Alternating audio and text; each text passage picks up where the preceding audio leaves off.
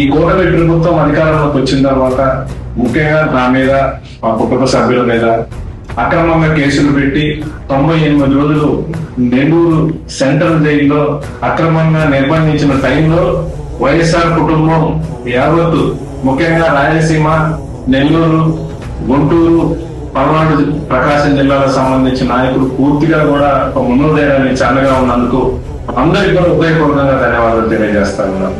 వాళ్ళే కాకుండా ముఖ్యంగా పల్నాడు జిల్లాలో 7 నియోజకవర్గాలకు సంబంధించి పార్టీ కన్వీనర్స్ ఎవరైతే ఉన్నారో వాళ్ళు కలిసికట్టుగా ఒక మనోధైర్యాన్ని ఇచ్చి నా వెంట ఒక ధైర్యాన్ని నింపుతూ నాకు ధైర్యం చెప్తూ ఉన్న మా పల్నాడు జిల్లా నాయకులకు, కార్యకర్తలకు, ప్రతి ఒక్కరికి కూడా నేను ఎప్పుడు కూడా రుణపడి ఉంటాను. ఏదైనా రాబోయే రోజుల్లో వైఎస్ఆర్ పార్టీని, వైఎస్ఆర్ కుటుంబం ఎవరికి ఇబ్బంది వచ్చినా ఈ కూటమి ప్రభుత్వం చేసే అన్యాయాలను కలిసికట్టుగా ఎదుర్కొందాం.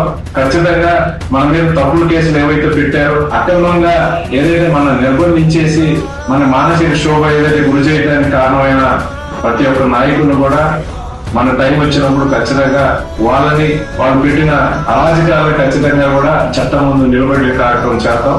ఎవరిని కూడా తప్పు చేసిన వాళ్ళని ఎవరు కూడా వదిలిపెట్టే ప్రశ్నే లేదు.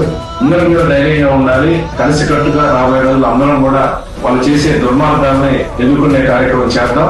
ముఖ్యంగా నన్ను మానసిక శోభ గురి చేసి 98 రోజులు ఏదైతే అక్రమంగా నిర్బంధించారో వాళ్ళు ఖచ్చితంగా రాబోయే రోజులు తగ్గ గుణపాఠం వైఎస్ఆర్ పార్టీ కుటుంబం ఖచ్చితంగా చెప్తుందని కూడా ఈ సందర్భంగా తెలియజేసుకుంటూ నాకు వెన్నంటూ ఉన్న ప్రతి ఒక్క కార్యకర్తకి, నాయకులకి హృదయపూర్వకంగా కూడా ధన్యవాదాలు తెలియజేస్తాను.